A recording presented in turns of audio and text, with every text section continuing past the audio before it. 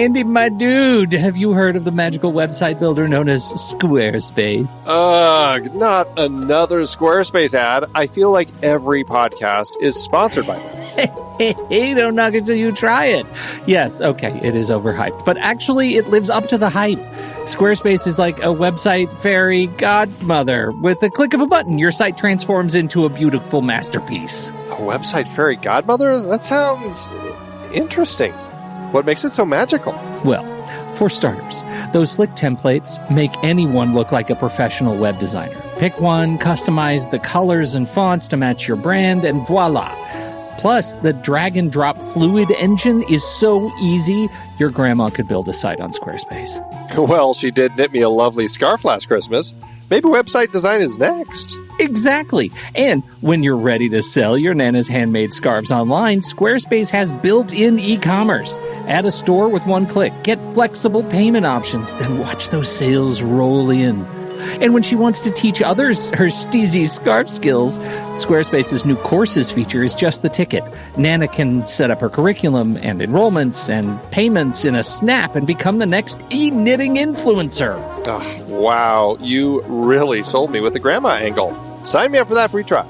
Just go to thenextreel.com/Squarespace and transform your site into a beautiful Squarespace masterpiece.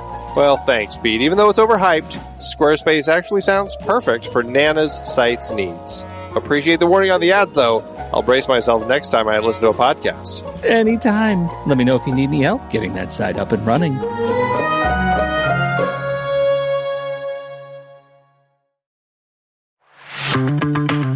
It's hard to believe that we've been having in-depth weekly conversations about movies since 2011. So many great conversations over the years about so many great movies. All that said, producing this show week after week requires a ton of work behind the scenes. Becoming a Next Reel member gives you access to all sorts of additional and exclusive content. Plus, you're helping us keep the lights on. Just head to thenextreel.com/membership, where you can learn more about becoming a member, which costs a measly $5 a month, practically the same as one fancy coffee drink. And you get so much more. Every month, we record a bonus episode exclusively for members. Those episodes cover movies from whatever series we're covering at the moment, or add to previous series. Some movies we've covered that only members get to hear us discuss include The Blues Brothers, The Russia House, Naked Lunch, Independence Day, The Hot Rock, and Relic, the better one. Plus, members get to vote on what we're going to discuss for those episodes. We also record additional pre- and post-show content in regular episodes that only members get to hear.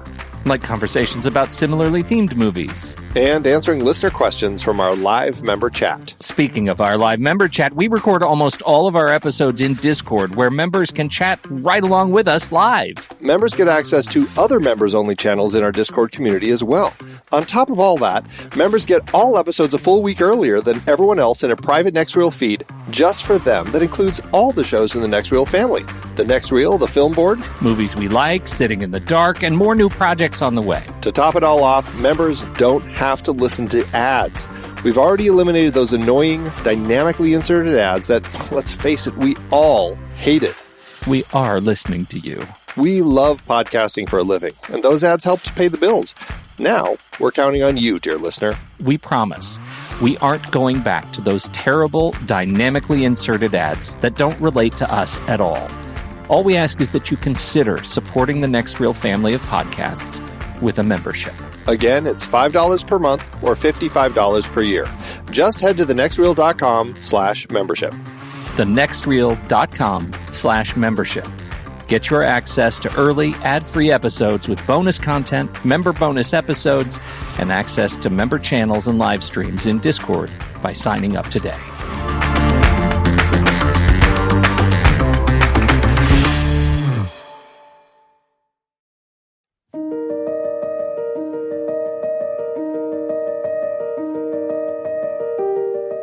I'm Pete Wright. And I'm Andy Nelson. Welcome to the Next Reel. When the movie ends, our conversation begins. Love affair is over. The things we like best are either illegal, immoral, or fattening. Charles Boyer and Irene Dunn in Love Affair, tied to each other heart and soul, yet they have no right to love.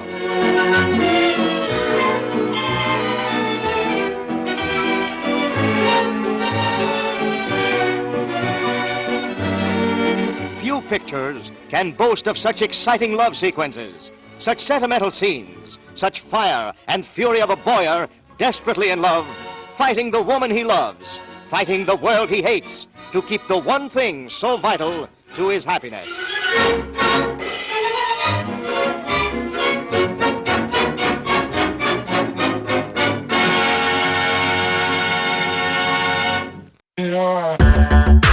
Andy, can you believe we've almost hit 700 episodes of The Next Reel? I know, it's crazy. And with all the other episodes in our family of podcasts, we are well over 1,200 episodes of movie conversation. It's really pretty amazing that we've gotten to have these in-depth movie chats every week for over a decade now. And we couldn't have done it without our loyal community of film fans. Their support over the years has meant so much. For sure. That reminds me, we should give the merch store a shout out. Buying shirts from thenextreel.com/merch is a great way listeners can continue to support the show. Plus, they get to sport our great designs. Absolutely. I think sometimes folks forget we have a variety of shirts, mugs, phone cases, and more available. In fact, a great place to start is with a shirt sporting the Next Reel's logo. We also have that classic Fast Times Spicoli Surf School tee, or the weirdly popular Rusty's European Tour shirt. The one from National Lampoon's European Vacation. Why is that so popular? Search me, but we have sold a ridiculous number of those. I guess there are a lot of Rustys taking trips to Europe? We're always adding new designs based on movies we've covered, like our brand new design for a streetcar named Desire, featuring a streetcar named Desire. So if you want to rep your love of TNR and films, head to thenextreel.com/merch. Every purchase helps us continue to have these weekly in-depth conversations. So visit thenextreel.com/merch today. And as always, thanks for listening and being a part of the Next Reel community. We've got lots more great movie chats coming your way. You know what's interesting about that line? I do. Tell me. You do? Yeah. Okay, well, tell us. No, you tell me. It was improv from another movie. It was. Six of a Kind. Right. Yeah, it was, apparently it was a line that they squeezed into this one. McCary, who also directed Six of a Kind, thought it would be funny, I think, and had Terry say it. And then apparently critics weren't fans that he put that in. Critics were so weird. Yeah. But did audiences like it? I just don't know. I think it's funny. I'm an audience member and I liked it. But have you seen Six of a Kind? Oh, yeah, that's a good point. See? Uh-huh. No, I've never seen that. We're talking about Love Affair. Continuation of our awards. 1940 Best Picture for Academy Awards. Film was released in 1939, and it was, Andy said, directed by Leo McCarey, and stars are the lovely Irene Dunne, Charles Boyer, Maria Ospenskaya. I think it's Charles Boyer, right? Yeah. We're going to be Boyer and Michel all day. Are we going to? No, that's how I've always heard people say it, Charles Boyer. So had you seen this movie before? I had not seen this movie. I had only seen An Affair to Remember. This was one of those films that I don't think I was really aware that was out there. I don't think when I first saw An Affair to Remember, which is probably high school or so, I don't think I realized that it had been a remake. They talked about this and An Affair to Remember in Sleepless in Seattle, because Nora Ephron was certainly a fan of both. And so I think that's probably where I started becoming aware of it. Then, of course, there was a remake that Warren Beatty made in the 90s that I completely forgot existed. And so it's funny, like, this is a story that I knew was out there. I had never gone back and sought out Love Affair. And I suppose to a certain extent, it may have been fine to have waited as long as I did, because it sounds like, this was one of those movies that had fallen into public domain.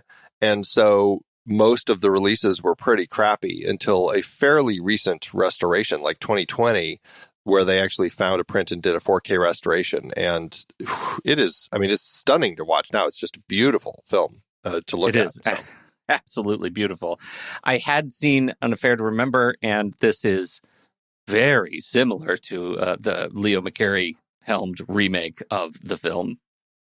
Weird that I feel like this, over the last 2 months, I have come across a number of shot-for-shot remake movies that I've haven't seen many of those in my film going career, and now they're all piling up.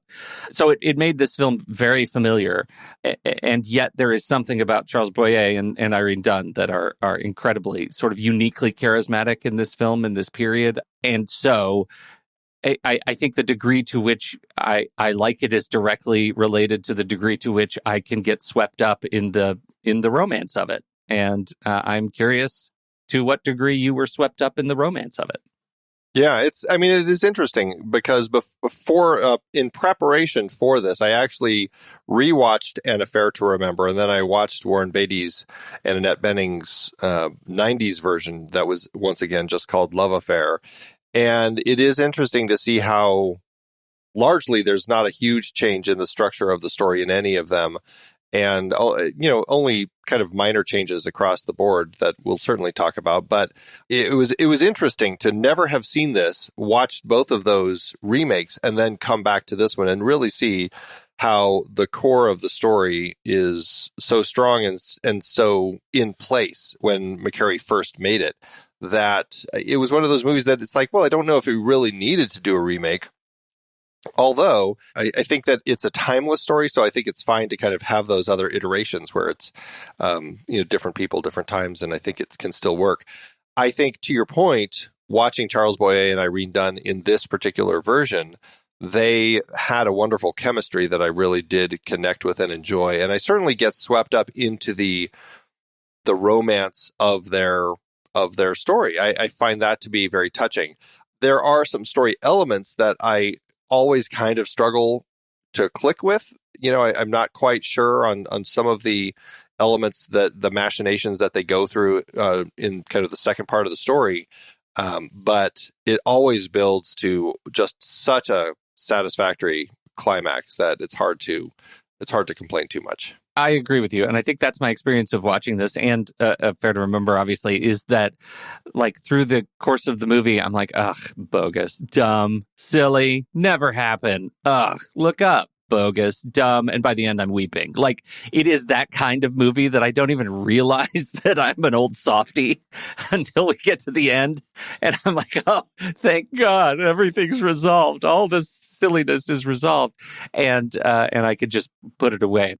So I really like it. I'm curious, like, let's start with the machinations that you have trouble with and see if ours line up. What is the thing, or I should say, what are the things that give you trouble?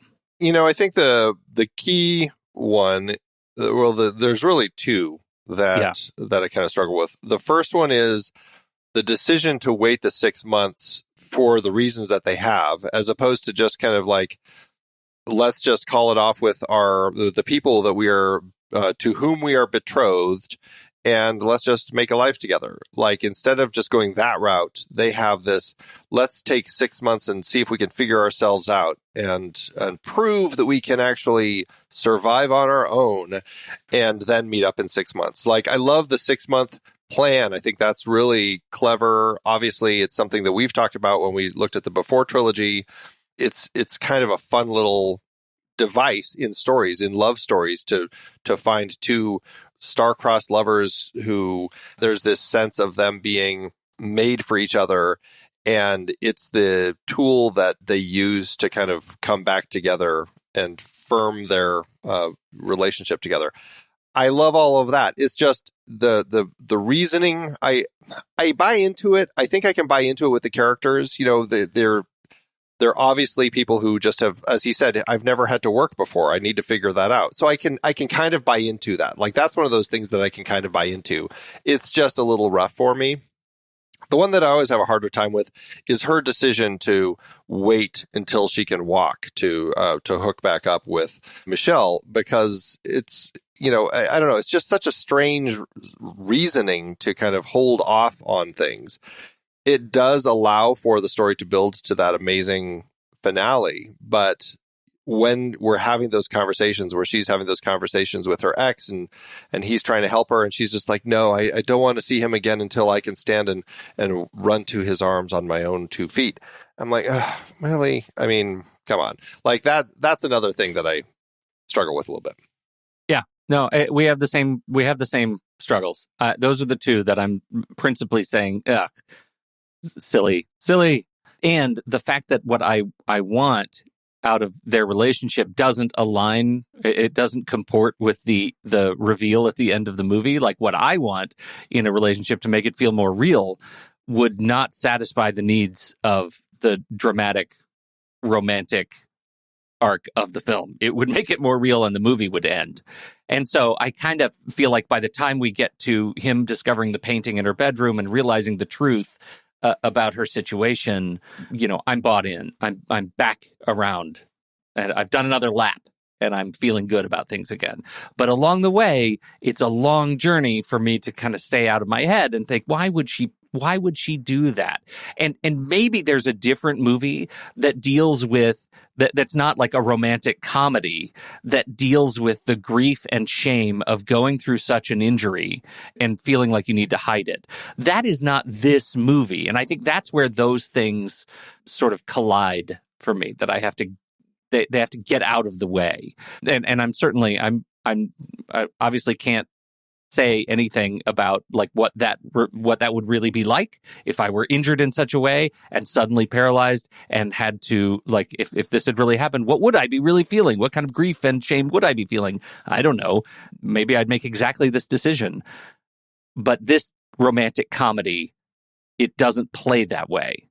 It plays silly, like she made a silly decision. Well, and I don't know if I'd call it a romantic comedy. First off, there's comedy in it, but I think it's definitely more of a romance film. But that's kind of beside the point. I guess there is that element, and I suppose because I would say it's more of just kind of a romance rather than a romantic comedy. I think there is this element of her meeting this playboy. I mean, he is this womanizer playboy who, we meet him having come back from an affair with his fiance's, was it her sister? I can't remember, her best friend. It was her best friend. And he's kind of like, yeah, what are you going to do? Like, he kind of has this way about him where it definitely seems more about kind of having fun and stuff. And so I suppose there's this element of crafting this character who perhaps finding out that she is in a wheelchair would go, I'm not that interested anymore, and lose interest. And I just don't know if that had been necessarily built up in the story where I would have found that Michel would have actually made that decision, which would have put her into a place where she felt she needed to hide it from him. And I suppose that's kind of something that if it had been in there, then I could have bought into all of that a little more. Maybe just the fact that it's a womanizer in 1939 on a cruise ship, maybe especially for people at the time, that was enough for the audiences to read into Terry's character that she's uncomfortable with the idea of revealing that information for fear of losing somebody that she really loves. I think that's the point, right? And that's exactly what I was trying to say, probably more clumsily, which is that there is a movie out there where that is fully developed somewhere, right? That's not this movie; it's underdeveloped, and so I don't buy it as well. The other piece of it, though, which I think could have been, for my taste, more explicit, is when you're talking about the reasons they take the 6 months. To me, it feels perfectly logical to take 6 months when you are talking about this womanizer, this philanderer, and they're both already entangled with other people at their destination. Like, the 6 months is like the ticking clock to see if you're serious about this relationship, to give yourself a chance to do the house cleaning that you need to do, to disentangle with your other fiance, to actually get your stuff in order. And then if you're serious, we'll meet at the top of the Empire State Building and we'll know we're both there ready to go forward in this new relationship. That's a really great a thing for this movie about two people who have an affair on a ship, though brief, and decide they want to move forward in the heat of the moment. I don't know that angle was all that explicit either. Like, when you talk about their reasons for I want to work for a living, like, it just feels it doesn't feel like it addresses the core emotional angle for me, which is, are you serious that you really want to move forward with this? What are you going to do to get your life into a position where you can demonstrate that you're serious about it. That's what, to me, 6 months means. And I don't know that the movie makes good on that. Yeah, and I think these points are all very strong, and obviously it's there. We've realized it, we've come up with it, and we kind of understand that those are the expectations the film is laying out. It's not, and maybe we're just looking for something that's actually a little more explicit because it is asking for such reaches in those cases, to have it be just a little more explicit so that it just feels like those leaps in logic for the characters ends up feeling a little more realistic in terms of the scope of the story. Because you watched the other two so recently, just briefly, do either of them, I'm fair to remember, I don't think does anything differently, but does Love Affair do anything to fix any of these points? I mean, they both have their differences, certainly. There's obviously a little more in An Affair to Remember because it's like an extra half hour. Like they have quite a bit more content in the film, although specific moments I can't quite pinpoint exactly what they are. Like, what are the moments that were extra, but they do have stuff in it. There are some more noted changes in the 94 Love Affair that Warren Beatty did and co-wrote with Robert Towne, and that was a lot of scripted elements. They made some smart updates to that one to make sense, like why are they on a cruise ship going from country to country as opposed to just on a plane, because you don't necessarily do that anymore, So they actually came up with a clever way to actually get them onto a cruise ship for the whole meet cute. So that angle of the reworking to update it made a lot of sense to me. And they're going, instead of Europe to the U.S., they're going U.S. to Australia, and they end up in Tahiti, which is where Katharine Hepburn, who is in that story his aunt, not his grandmother, that's where she lives. And it's, beautiful, beautiful locations. Katharine Hepburn's last film. The changes to that story, though, were pretty rough, and it felt like they were trying to come up with ways to kind of spin the character a little more and to give a little more beats to him and update him in ways that made him, again, kind of fit in. Like he works in sports TV and is unhappy, but it's just like the shifts that they made, the things that they did with his character, I really didn't care for, and it just felt like they were trying to come up with ways to throw more to Warren Beatty, and it just was a harder film to get through. That's frustrating. So but again, the core of it is still there, to the point where Annette Bening, when she performed that whole final scene on the couch, reportedly looked at what Irene Dunne was doing in this film. Actually, no, I think that she was actually looking at what Deborah Kerr did in the remake and really patterned a lot of her movements and motions off of what they were doing. And now I don't know which one, maybe both. But anyway, she was very much kind of trying to repeat beat for beat kind of the way they were performing. Interesting. That's an interesting take on it. For a movie that's already been done twice, why she would want to make something quite so precise is an interesting choice. Exactly. Like that doesn't make a ton of sense to me either. Like, why go that route? And it's interesting in the scope of films that are kind of remakes. Like, we've talked about all of the A Star Is Born films, and that's an interesting story that has been able to kind of shift with the time to fit into different eras and kind of tell the same story, but it's always kind of fitting into a different space, and it works really well because of that.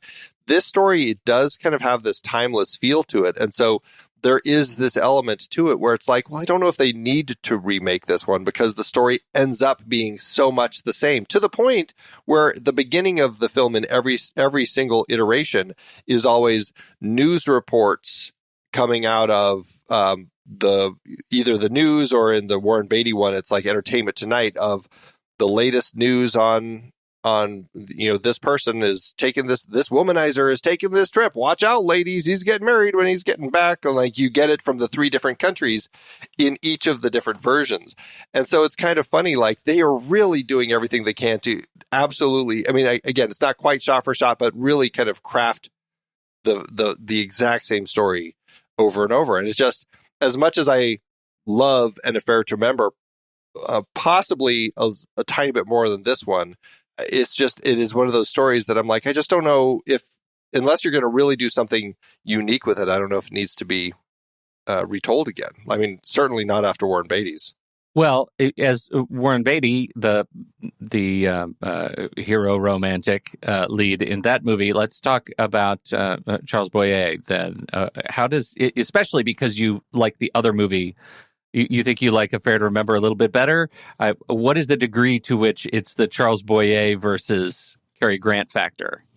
I think there's a lot to Cary Grant that's just always easy to love. I mean, we've done a whole Cary Grant series. He's just an actor who's just absolutely wonderful to watch. And he's great in that version. I think, honestly, it's less the Charles Boyer, Cary Grant. I think they both do a fantastic job in the role. I think for me, I slightly prefer Deborah Kerr than Irene Dunne. And I think that's... and now I'm doing the Sleepless in Seattle thing. Deborah Kerr. Kerr or Carr? Which one is it? And I end up getting lost in that specifically because of that damn movie. And now I'm always like, wait a minute, which one is it? And it is Deborah Kerr. I said it right. Whew. Oh, man. Dodged a bullet. Okay. So back to Charles Boyer. I really like Charles Boyer, and I think one of the reasons that I like his part in this movie actually more than Cary Grant. As much as I love Cary Grant, there is something about his Frenchness that gives an extra cultural obstacle for their romance to overcome. Because there is such a stereotype about not just a womanizing man, but a womanizing Frenchman that is like woven into the tapestry of these movies. Like that, the fact that he is French sends a signal that she is, if they get into a relationship with one another, she's going to have to like really figure out how to jump through flaming hoops, or that if they do end up together, it will be truly the love of a lifetime because we know what we know about Frenchmen. Right? Like that's they French men love women and vice versa. French women love men. It's just a romantic place and there's a lot of romance. And I think there's something about that for me that I think is really appealing in this particular romance. Yeah, I definitely agree. And there is, I think you're right. There's something about kind of that French nature of his character that lends to his performance here that just kind of gives it that there's a little more of an allure to him. Yeah. And, he already is so suave and debonair that it's just kind of easy to see why all the women on the ship are kind of falling head over heels for him. Yeah, there's something about that. It's not just that he's suave, it's that there's the mystery of his sort of international vogue that is interesting. And I also love when he goes to visit, they go to visit his grandmother. And in Madeira, and I love that sequence because he just gets to be French with his grandmother. And like, I just think that's so charming. I think that whole sequence is super, super charming. And it feels authentic to me in a way that sort of stands out in this movie. So something really strong about just being French. Everybody go be French and then romantic. And speaking of his grandmother, like Maria Ospinskaya is wonderful in the role. And it's always been a great little role to play, and she brings a lot to it. She can kind of see through everything and can tell right out of the gate that there is this draw between these two that is kind of more of a made for each other sort of draw than either of them likely have with the people that they're engaged to, because again, they're just kind of both marrying for money. And so she can tell that there's something there, and we can tell that she can tell. And just, the conversations, the piano, one of my favorite scenes in the movie actually doesn't involve her specifically, but it involves kind of the ghosts, you could say, of her and the music when he comes back to see her later in the film, and she had already passed away. And as he's kind of looking around, you hear that piano playing, and you hear Terry singing, and kind of like the echoes in the space. And that's just a very haunting scene, and it works exceptionally in both of McCary's versions of the film. No, absolutely. I think you're right on with that scene. I'd forgotten just how haunting it feels when he's wandering through there. It's really, really lovely. I think I'm looking at her Wikipedia page, and it was a bit jarring. I mean, she was born in 1876, but her country of origin is Tula, Russian Empire. That is an era apart from where I think we're accustomed to talking about actors. Tsarist Russia. Yeah, right. Very interesting. Fascinating. She's seen a lot of stuff. Died about 10 years after this movie was released. We talked about her in King's Row, or we talked about King's Row. I can't remember how much we had to say about her in our conversation there, but I feel, and I may be wrong here, but she may, for certain crowds, be most remembered as the old gypsy woman in The Wolfman. Yeah. That, I think, is certainly a very recognizable role that she did. Interesting. Yeah. I know we're going to be talking more about The Wolfman coming up in one of Ray's episodes of Sitting in the Dark. If you're not subscribed to Sitting in the Dark, check it out. We're having a good time with that show. And do you remember if we've talked about Charles Boyer or not in previous episodes? I believe we have. And I looked this up. I believe we have. I was gonna try to joke with you and say we haven't talked about him before, but I would be gaslighting you, Pete. It's Gaslight. That was the one. Yeah. Yes, it was Gaslight. That was going to be the trick, because I just looked at that this morning and already forgot it, because that's how we roll. So funny. Yes, Gaslight. We haven't talked about Irene Dunne at all. Have you watched much of her? Do you have much of a connection to her performances in films? I have much of a, like, what is she most known for, do you think? I don't have it off the dome. Besides Showboat, was she like anything else really, really huge? Well, looking at just her IMDb known fors are The Awful Truth from 1937, which also was directed by Leo McCarey, and that was Cary Grant. So that's probably one she's most known for. This, My Favorite Wife in 1940, and I Remember Mama from 1948. Those are... Yeah. Again, you never know with IMDb known fors. Is that what they're most known for or what? Yeah. But that's what they have. I mean, looking through her list of films, certainly Showboat is a big one. The Awful Truth. I don't know if we've talked about her in anything before. I mean, she kind of stopped acting in the early 50s in film. And, I think that she worked in TV for a bit after, through the 50s into the 60s, but I don't know what else that she's, what she was doing beyond that. She was nominated for an Oscar 5 times, Best Actress, 5 times, never won. Yeah, it's interesting. I really don't have a thorough catalog of movies of hers that I've seen. And I know we are going to be talking about her again this season in Anna and the King of Siam, right? Yeah. So that's coming, and we'll continue to build. But she's been in a lot of movies and largely underrepresented in my catalog. Yeah, I wonder if it looks like, she had 3 box office failures at the end of her run of films. And it looks like that may have just been something that kind of pushed her to retire from Hollywood, Yeah. Right. Interesting. But it looks like she did become an activist and actually an American delegate to the United Nations. All right. But I think that what I really enjoyed about her is just a sense of heart and emotion. But I think when comparing her to Deborah Kerr, I felt a little more connected to Terry in An Affair to Remember than I did to Terry in this one. And I don't know. I don't know if that was just something because I'm more familiar with Deborah Kerr or what, but that I think for me is the thing that slightly pushed that one over the edge, as much as I do love Irene Dunne. And, I will say, like, there were some great comedy beats. And, we haven't really talked about Leo McCarey, but certainly a comedy director. And there were lines like the one that just caught my head because it was so funny. It was toward the beginning when they meet on the boat. And, she said, "Not that I'm prudish, it's just that my mother told me never enter a man's room in any months ending in R."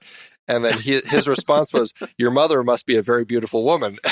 Just like, it was such like what a strange little back and forth there. But it's just like those little beats that just like I found to be so laugh out loud funny. It's just these clever little lines between these characters that were. But see, that's why in my head and heart, this movie is a romantic comedy, because those beats are not infrequent.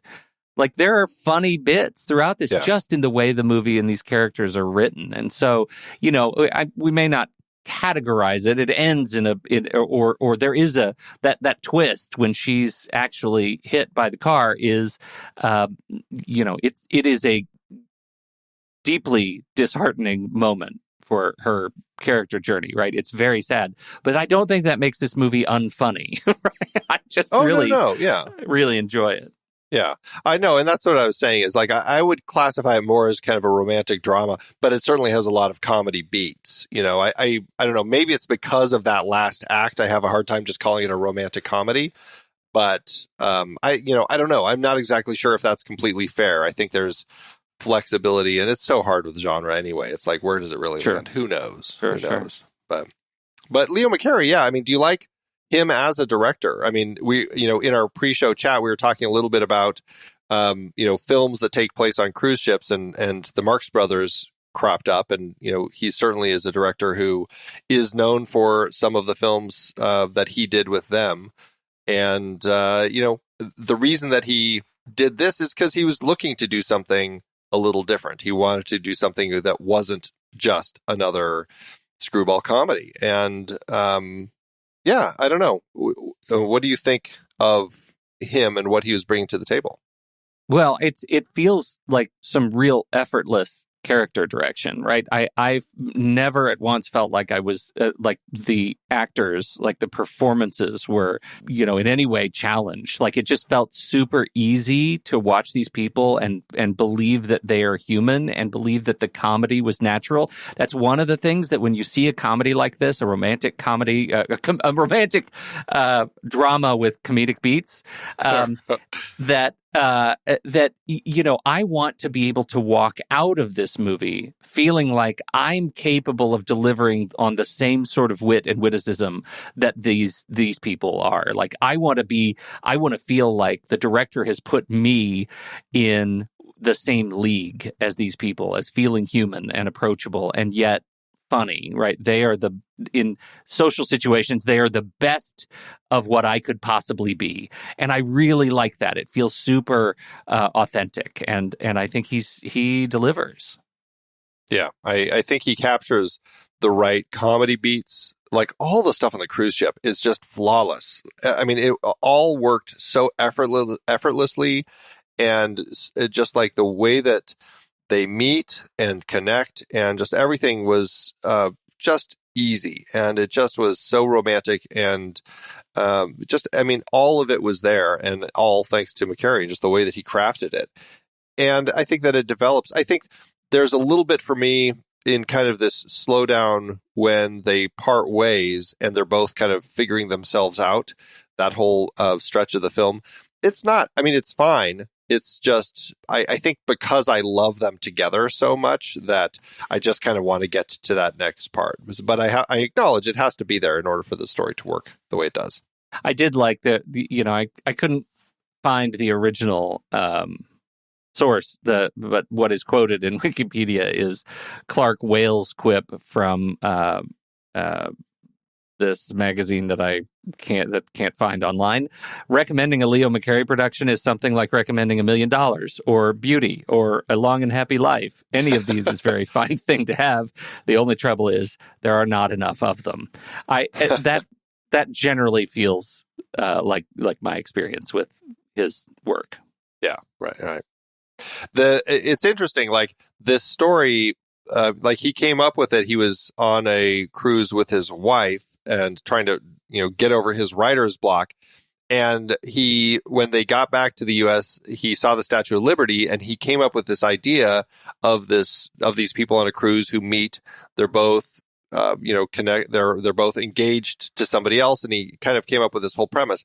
And this was this period in Hollywood when the studio had, I'm not exactly sure what you'd call the role, but a story, like just a writer, I suppose, in some capacity. But he ended up working. I don't know if he came up with the story and then it got handed over to Mildred Cram, or if they actually worked on it together. But they are credited for writing the story of this and, trying to understand, because this was a period from the early Oscars up until 1956. They actually had an Academy Award for Best Story, and which was separate from Best Adapted Screenplay, Best Original Screenplay. What Wikipedia says is that this Oscar for Best Story most closely resembles the usage of modern film treatments or prose documents that describe the entire plot and characters, but typically lack most dialogue. So it sounds like he, along with Mildred Cram, kind of like put the treatment for the story together, and then it got handed off to Donald Ogden Stewart and Delmer Daves, two prominent writers for the studios, and they're the ones who actually wrote the script. It's it very much the studio system in the way that they would develop these things. Yeah, such a machine. Okay, just one more little bit on Boyer and Dunn. Have you seen When Tomorrow Comes and Together Again? Did you say that? I haven't, but I am trying to cram as many 1939 films into my brain as I can before we get to the end of this series. And When Tomorrow Comes is one of them that is on my list, since it also got released the same year. It got released the same year, and then Together Again in 1944. Those were the three Boyer and Dunn partnership films. And at one point, apparently their relationship was called the most romantic in Hollywood.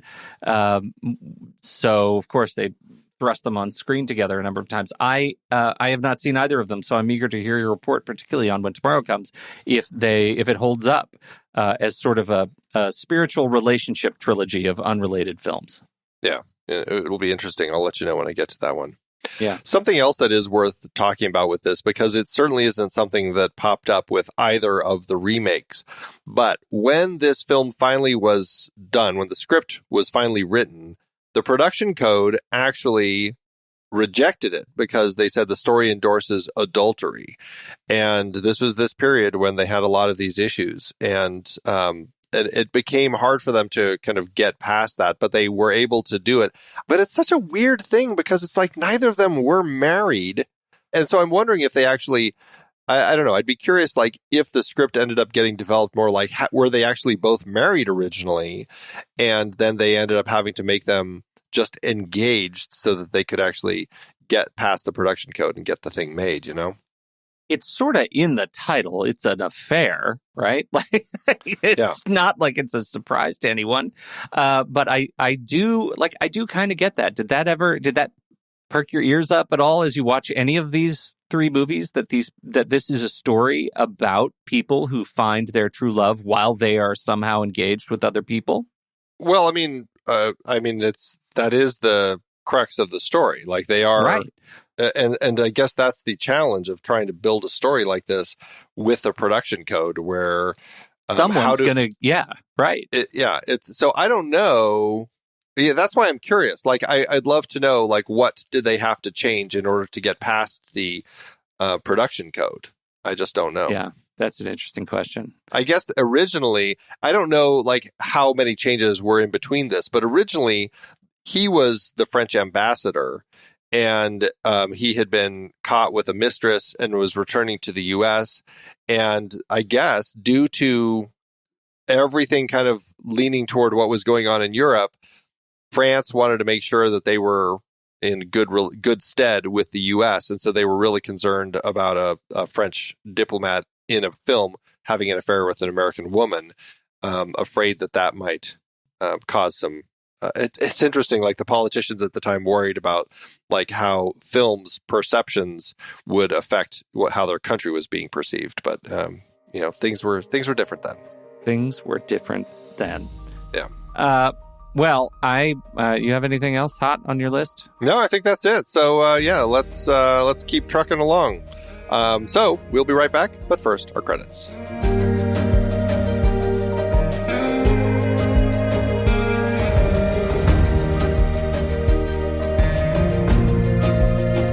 The Next Reel is a production of True Story FM, engineering by Andy Nelson, music by Roy Spiegler, Oriel Novella, and Eli Catlin. Andy usually finds all the stats for the awards and numbers at the-numbers.com, boxofficemojo.com, imdb.com, and wikipedia.org. Find the show at truestory.fm, and if your podcast app allows ratings and reviews, please consider doing that for our show.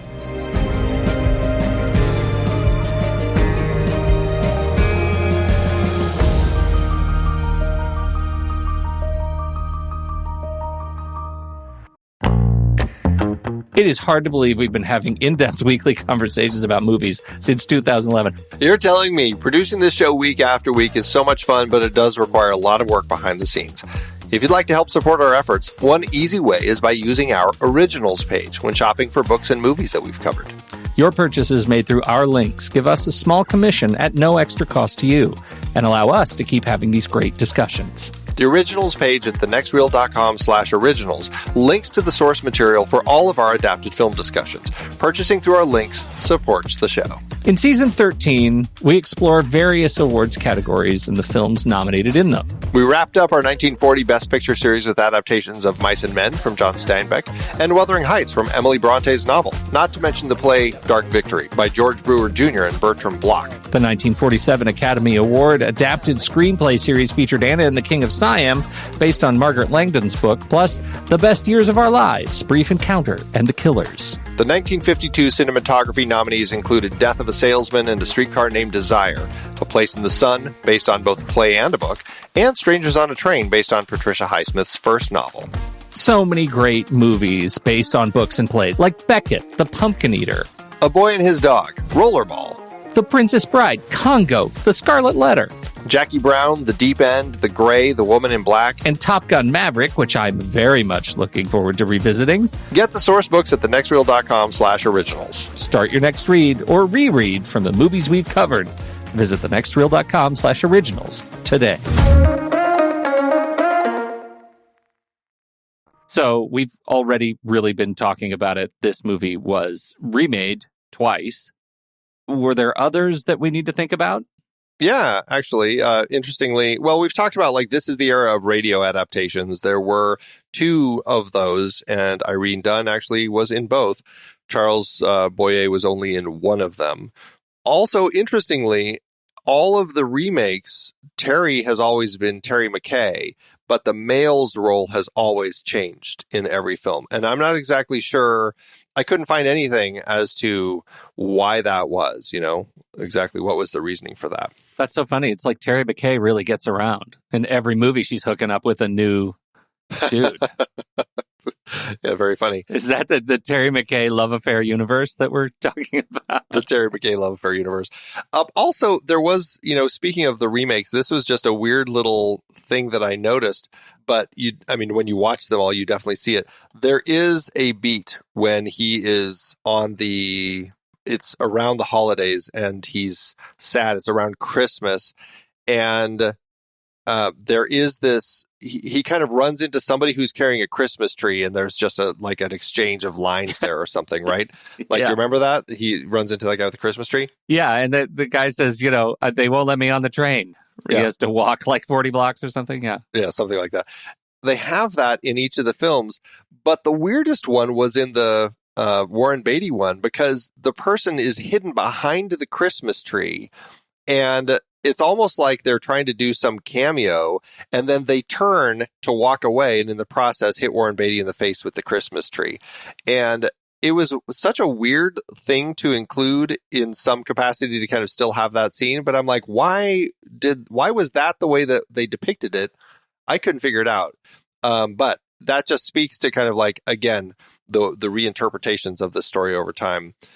And to your question, there have been two Bollywood versions of this as well. Once in 1965, once in 1999. Sometimes I think when I watch Warren Beatty movies that he and I have very different senses of humor. I think he thinks things are funny that just don't tickle me. Oh, well. But then there's Bulworth, and I feel like he and I are right in line. So yeah, right? How is that possible? Anyway, all right. So it's award season. It is award season. That's why we're here. This film did receive 6 nominations. That's it, all at the Oscars, and it lost all of them. Best Picture, Best Actress for Irene Dunne, Best Supporting Actress for Maria Ospinskaya, Best Art Direction, all lost to Gone with the Wind. Best Music Original Song for the song Wishing that she sings and the kids sing in this film, lost to, of course, Somewhere Over the Rainbow from Wizard of Oz. And we already talked about this, the role that the Academy Award had at this time for giving an Academy Award for Best Story. This was nominated, but lost to Mr. Smith Goes to Washington. Just before we get into the numbers, we didn't talk about the musical number specifically. And since you brought up Wishing, what did you love that song so much? It was fine. I think that probably the song From an Affair to Remember, not even the one they sing with the kids in that one, but just kind of the main theme, Love Affair. Like, I really enjoy that song. This one, they were fine. They kind of fit for the time, but nothing wowed me as far as the songs themselves. Certainly not better than Wizard of Oz's songs. For sure not better than Wizard of Oz. It was like, I got the feeling that Leo McCarey liked that song a lot, so much he was going to do it twice all the way through. It's like, no, please don't give me more.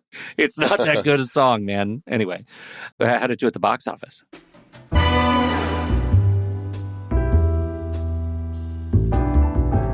Well, McCarey's romance film cost $860,000 to make, which equates to $18.2 million in today's dollars. The movie opened April 7th, 1939, and it did well for itself. This is where it gets frustrating, as I've been talking about, like last week, trying to dig up this old information.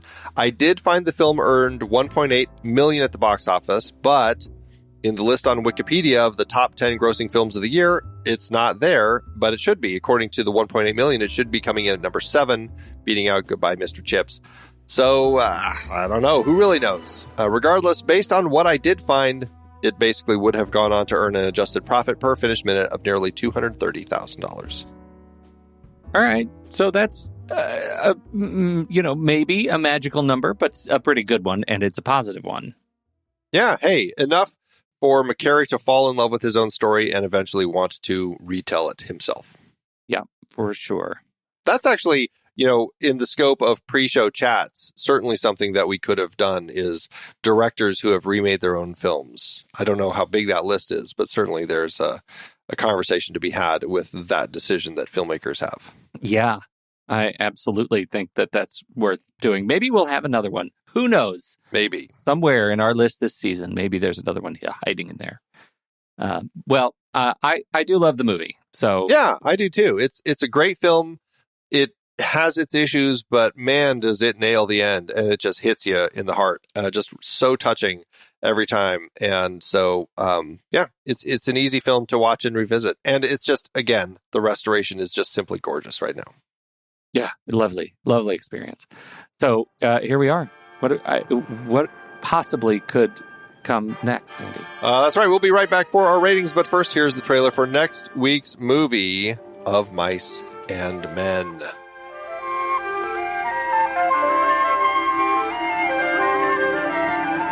George, what do you want? Where are we going? Forgot that already, did you? We have a couple of acres. No DRO, and there couldn't nobody can us. And if we didn't like a guy, we can say, get. And he'd have to do it. Well, he gets in trouble all the time. Like he done at weed. You wouldn't tell nobody, would you? What'd he do in weed?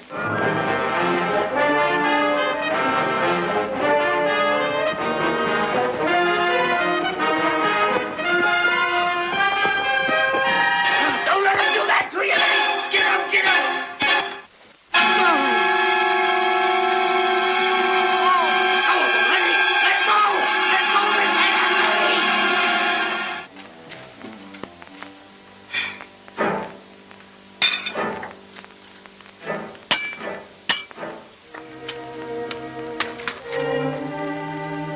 a guy's dog that matters. It's the way a guy feels about his dog. Candy ain't being nice to him, leaving him alive. All right. You can take him.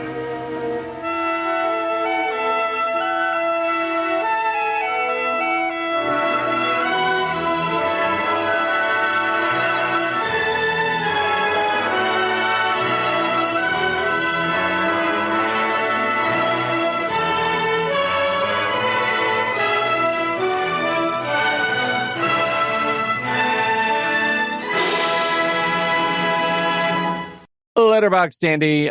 You know Letterboxd. I know you do because you're on it all day long, like a real addict. You're a addict with no vowels in that either. It is our favorite social media network for movie lovers. You can find us over there at letterboxd.com/thenextreel. And that's where you can sign up. You can start tracking the movies you watch. You can rate and review movies. Your reviews, other people can read your reviews. You can read other people's reviews. It is a fantastic community. We have all of our show watch lists over there, all of our upcoming season watch lists. You can grab and watch right along with us and use it as a bit of a bingo card to track your own watch. And that is where we are going to review this film today.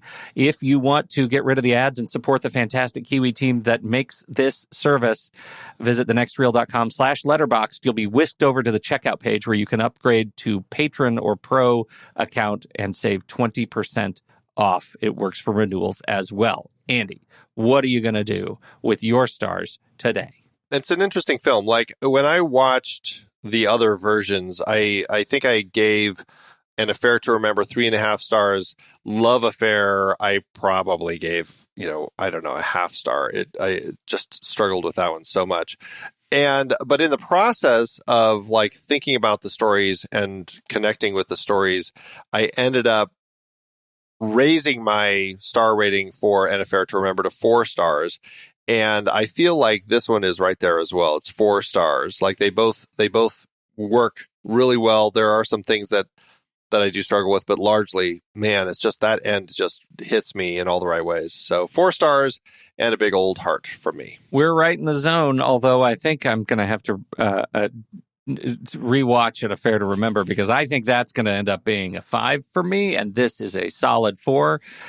Yes, absolutely, with a heart, for sure. And I don't think I'm even going to watch Beatty. Don't bother. Based on your review, I'm not going to bother. Yeah. Thanks for that. Well, don't forget, visit thenextreel.com/letterboxd to get your patron or pro membership. It works for renewals as well. So what did you think about Love Affair? We would love to hear your thoughts. Hop into the Show Talk channel in our Discord community where we will be talking about the movie this week. When the movie ends, our conversation begins.